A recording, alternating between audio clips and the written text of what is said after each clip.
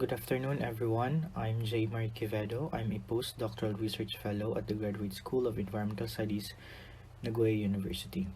Following the presentation of Professor Dixon, I'm going to focus on blue carbon ecosystem infrastructures or mangroves in the context of nature-based solutions. In my presentation, I'm going to highlight the perceptions of local communities. Here are the main talking points: mangrove forests as blue carbon ecosystem infrastructures in the context of nature-based solutions, the community perceptions, and the challenges and future opportunities of blue carbon ecosystem infrastructures. So first, mangrove forests as blue carbon ecosystem infrastructures.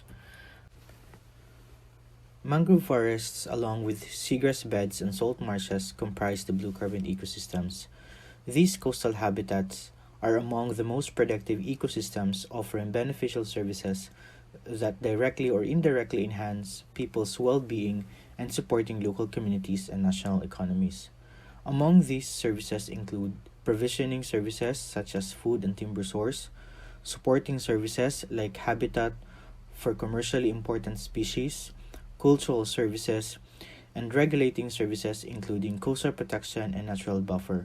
One of the key services that these ecosystems provide is their capacity to regulate the global climate, which is currently referred to as the blue carbon concept. These ecosystems can capture carbon dioxide from the atmosphere and store it as organic carbon in their biomass above and below ground. Despite the numerous benefits and services that these ecosystems provide, there has been a decline globally, mainly due to the combined effect of natural and anthropogenic threats. When these ecosystems are degraded or destroyed, they can be a significant source of greenhouse gas emissions, with thousands of years of sequestered carbon released over a period of years to decades. Thus, there has been an increase in the global initiatives and efforts to protect, conserve, and sustainably manage these resources.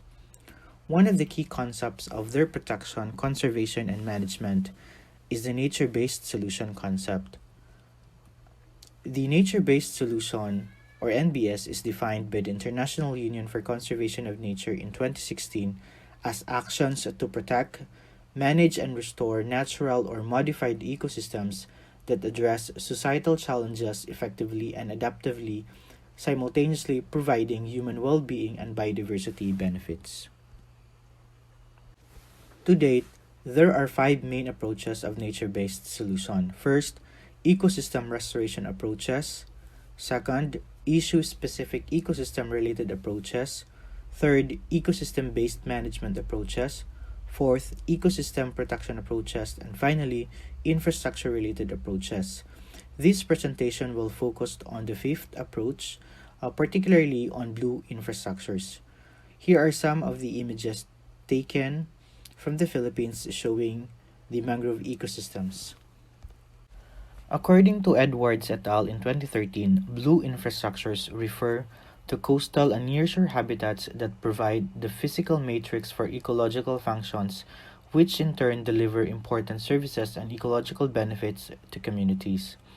Blue infrastructure restoration, such as mangrove reforestation, provides valuable economic benefits by rehabilitating habitats that contribute to the economic growth and overall well-being of the society. Currently, blue infrastructures are incorporated in different financing schemes, such as blue natural capital projects and investments that aim to protect, restore, and conserve the coastal and marine habitats, particularly in safeguarding their ecosystem services. In this presentation, I combined the terms blue carbon ecosystems and blue infrastructures into blue carbon ecosystem infrastructures to avoid confusion and to be more consistent in the presentation. The blue carbon ecosystem infrastructures here refer to the mangrove forest or mangrove eco parks. At the conceptual level, the restorations of blue carbon ecosystem infrastructures can be a nature-based solution approach. In our paper entitled Local Perceptions of Blue Carbon Ecosystem Infrastructures in Panay Island, Philippines, we presented how blue carbon ecosystem infrastructure restorations fit the IUCN Global Standard of Nature-Based Solutions published in 2020. This table shows from our study the different criterions of Global Standard of Nature-Based Solution Framework, the indicators, and examples of how blue carbon ecosystem infrastructure restorations fit the nature-based solution concept. In our study, we only focused on criterions 1 to 5 of the IUCN framework since these are related to context and governance of blue carbon ecosystem infrastructure. The other 3 criteria are related to detailed implementation methods such as consideration of cost and benefit, evidence-based approach, and mainstreaming actions. Now, let's look at each of the criterion. First criterion. Nature-based solution effectively addresses societal challenges, understands clearly these challenges, and delivers substantive benefits to human well-being. To date, restorations of blue carbon ecosystem infrastructures as nature-based solutions are streamlined, particularly in the context of climate change mitigation and adaptation, disaster risk reduction, and economic and social development, human health, and food security. Currently, here are some of the examples of ongoing projects mainstreaming mangroves as nature-based solutions to climate change and disaster risks. Moving on to the second criteria, the design of nature-based solution should recognize and respond to interactions between the economy, society, and ecosystems. It should integrate with other complementary interventions and incorporates risk identification and management beyond the intervention site. Mangrove reforestation recognizes and complements well with other sectors like economy, society, and other ecosystems. Mangrove rehabilitation helps manage floods and tidal surges, thus nearby physical assets such as ports and roads and the communities are protected. This figure shows the comparison between the presence and absence of mangroves in a coastal area. As you can see in the figure, during extreme weather events such as storm surges, the shoreline with mangrove ecosystems protected the physical assets such as the buildings and other social and economic developments or activities in the island.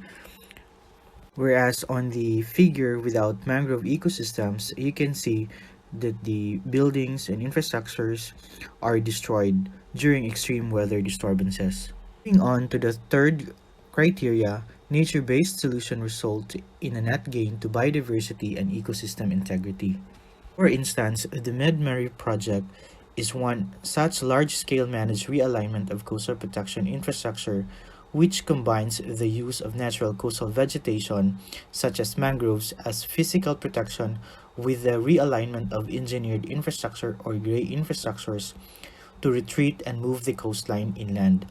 This lets the waters further inland yet reduces the risk of flooding of neighboring towns, while the surrendered land is increasingly becoming a biodiversity habitat for many species.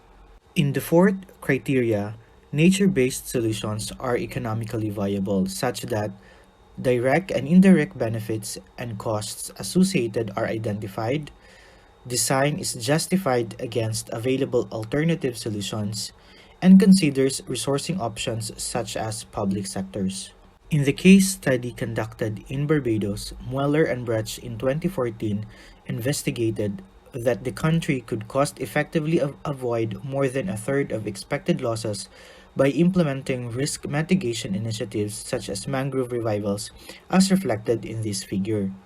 Finally, in the last criterion, nature-based solutions are based on inclusive, transparent, and empowering governance processes. In our paper, we documented that blue carbon ecosystem infrastructure restorations promote collaboration of different stakeholders.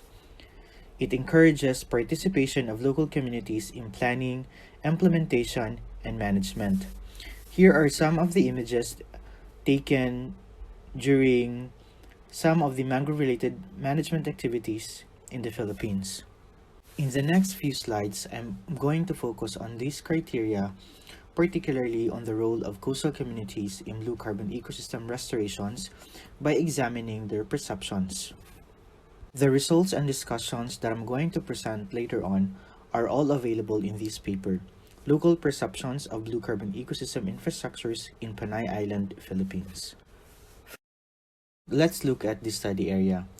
Mangrove forests in Panay Island have declined and degraded due to conversion to aquaculture ponds and unregulated developments.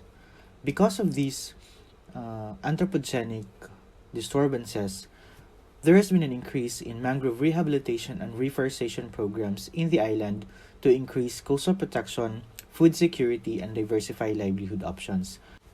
Among these programs is the Community-Based Mangrove Rehabilitation Program, or the CMRP. This program is assisted and funded by different organizations like government agencies, non-government organizations, and people's organizations. This program also empowers local communities to protect remaining mangrove forests and develop science-based methods to rehabilitate lost forest sites. One of the key highlights of this program is the establishment of mangrove ecoparks in Panay Island. The household surveys were conducted in two ecoparks, Katungan It-Ibahay in the municipality of Ibahay and Bakawan Ecopark in the municipality of Kalibo. Katungan It-Ibahay Ecopark is approximately 44.20 hectares of natural mangrove forest and abundant ponds. This ecopark is managed by two people's organizations, namely Bugtung Bato Fisherfolk Association and Naisud Mangrove and Aquatic Organizations, or NAMAO. Meanwhile, the Bakawan Ecopark is approximately 220 hectares of natural and rehabilitated mangrove forests. According to Primavera and Esteban in 2008, the rehabilitation started with around 50 hectares in 1989 through a reforestation project assisted by the DNR and a non-government organization called USWAG, or the United Services Welfare Assistance Group, and implemented by a people's organization called Kalibo Save the Mangroves Association, or Kasama. To date, these ecoparks serve as a hub for educational and training activities to help raise awareness of the importance of mangroves to coastal communities. Using survey questionnaires, we asked the respondents of their awareness and utilization of mangrove ecosystem services. This figure shows the different ecosystem services such as fish nursery, habitat, food source, coastal protection, natural buffer, air purification, carbon sequestration, and recreational site. Overall, ACLAN's respondents displayed relatively high awareness of mangrove ecosystem services. For instance, more than half of the respondents are extremely aware of the regulating services such as coastal protection, natural buffer, air purification, and carbon sequestration. Similarly, provisioning services are also well perceived, which is moderately to extremely aware. Meanwhile, for the cultural benefits, 65 to 67% of the respondents are extremely aware. In terms of their utilization behavior, this figure shows how the respondents utilize or access the mangrove ecoparks for their provisioning and cultural services. 63 to 69% of the respondents across the sites have never utilized mangrove areas as a fishing ground. Meanwhile, walking along the bamboo trails has been a daily activity to some of the respondents, which accounts 28% in Kalibo and 35% in Ibahay. To examine the relationship between the awareness and utilization behavior of the respondents, we used a correlation analysis, particularly the Spearman's rank correlation coefficient. The results of the analysis showed positive correlations between cultural service awareness and the conduct of recreational activities, suggesting higher frequencies of activities in the ecoparks if locals are more knowledgeable of these services. However, there were also negative correlation observed in the results. Respondents who have higher awareness of mangroves as a recreational site will fish less, while those who have low awareness will fish more in the mangrove areas. Respondents prefer mangrove areas as recreational sites rather than fishing grounds. We also looked at the effect or the influence of mangrove ecoparks to their utilization behavior. Using Mann-Whitney test, we compared the awareness level between the respondents who utilized and not utilized the eco parks. Results of the comparative analysis showed that respondents who frequently access the eco parks have higher awareness levels than respondents who have not used them. Our results agree with the investigation by Akanto in 2016, wherein respondents' high recognition of mangrove ecosystem services was attributed to the presence of Katungan It-Itbahay Eco Park in Ibahay, particularly its ecological and economic importance. Meanwhile, in Kalibo, anecdotal accounts revealed that information and educational campaigns are held in the Bakawan Eco Park, which this study interpreted to be a contributing factor for overall high awareness of the respondents. Looking at the awareness and participation of respondents in mangrove-related management strategies, our study documented that 41 to 48% of the respondents in Kalibo are not aware to slightly aware of the mangrove-related management activities. In contrast, 40 to 51% of the respondents in Ibahay are extremely aware of the mangrove-related management activities. The difference in the awareness of mangrove management-related strategies can be attributed to how information is being disseminated in the community. In Kalibo, the information is sometimes limited within the member of organizations and are not shared to the rest of the community like in Ibahay municipality. However, despite the low awareness of the respondents observed in Kalibo, 76% of them perceived themselves to lead the management. This was also observed in Ibahay, wherein the majority or 73% of the respondents identified themselves to take the lead in the management efforts of mangrove ecosystems. This high recognition that they should lead the management activities is reflected in their active participation to management activities. This figure shows that the respondents' participation in coastal management-related activities such as coastal cleanup, mangrove planting is fairly high, with 88% and 93% of the respondents participated in various coastal activities in Kalibo and Ibahay. By collecting community perceptions of blue carbon ecosystem infrastructures through the presence of mangrove ecoparks, our study documented that it can empower local communities. The awareness level and utilization behavior of the respondents suggest that mangrove ecoparks can improve awareness and provide a valuable source of income. Second, the presence of mangrove ecoparks encourages active participation. The management perceptions revealed that the community organizations can encourage participation from the residents in planning, implementing, and managing mangrove ecosystems, which is essential for its success. And lastly, the existing mangrove ecoparks and ongoing rehabilitations in Panay Island and in the Philippines in general have a huge potential to improve people's perceptions of mangrove forests and well-being. Based on our study, we would like to present the challenges and future opportunities of incorporating blue carbon ecosystem infrastructures as nature-based solutions, particularly in local contexts. Awareness of blue carbon ecosystems are limited to areas with good governance of mangrove management. Thus, there is an opportunity to increase the awareness of blue carbon ecosystem infrastructures, particularly in the context of nature-based solutions at local scales. There are many existing programs, particularly in mainstreaming nature-based solutions, particularly in addressing the climate change. However, the use of mangrove forests, mangrove ecoparks, or blue carbon ecosystem infrastructures are still limited.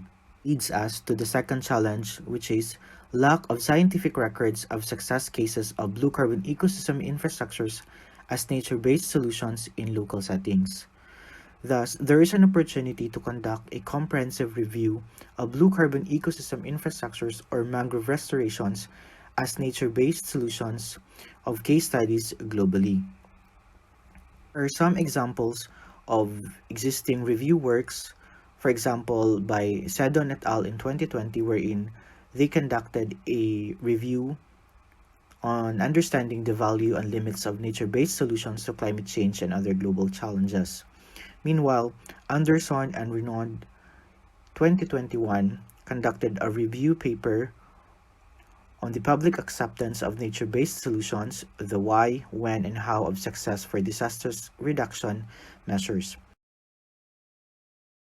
Finally, the last challenge that we identified based on our study is the lack of collaboration among different stakeholders. As previously discussed, the concept of nature-based solution promotes inclusivity of various stakeholders such as communities, governments, non-government organizations, and private groups. There is an opportunity to encourage, empower, and engage communities, particularly at the local level, where they are highly vulnerable to climate change and coastal hazards. Involving the local communities can ensure the sustainability of nature-based solutions. And that would be the end of my presentation. Thank you very much for listening.